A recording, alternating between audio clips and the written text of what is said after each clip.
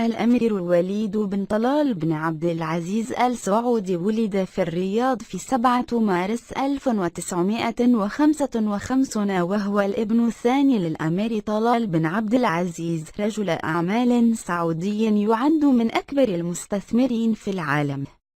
في العام 2004 أدرجت مجلة فوربس الوليد كرابع أغنى رجل بالعالم بثروة تقدر ب21 مليار دولار.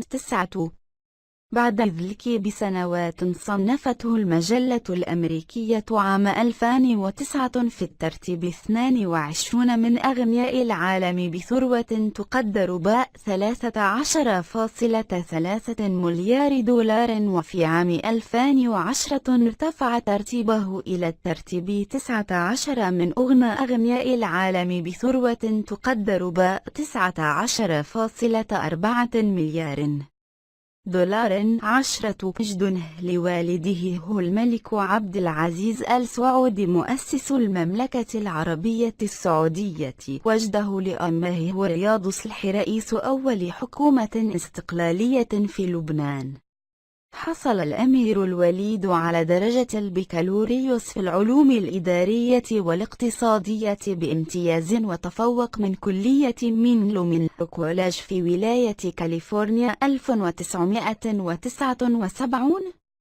بدأ الوليد بن طلال مزاولة نشاطاته الاستثمارية والتجارية عند عودته إلى السعودية بعد حصوله على درجة البكالوريوس في إدارة الأعمال من الولايات المتحدة الأمريكية عام 1979، وأسس في حينها العديد من المشاريع تحت مظلة مؤسسة المملكة للتجارة والمقاولات، التي حققت نمواً سريعاً بالتركيز على أعمال الإنشاء وتطوير البنية التحتية والمشاريع العقارية.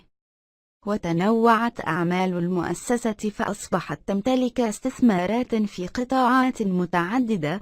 وفي عام 1996 تم تحويل المؤسسة إلى شركة المملكة القابضة، التي تقوم بإدارة استثمارات متنوعة في مجالات البنوك المحلية والعالمية والإنتاج الإعلامي ومحطات التلفزيون الفضائية وصناعة الفنادق والترفيه والسياحة وأعمال تطوير العقارات والمشاريع الإنشائية وصناعة الإلكترونيات وصناعة معدات الكمبيوتر وإنتاج برامجه ومجال الإنترنت والتجارة الإلكترونية وقطاع التجارة والمتاجر الفاخرة والأسواق المركزية وتصنيع السيارات والمعدات الثقيلة والمشاريع الزراعية.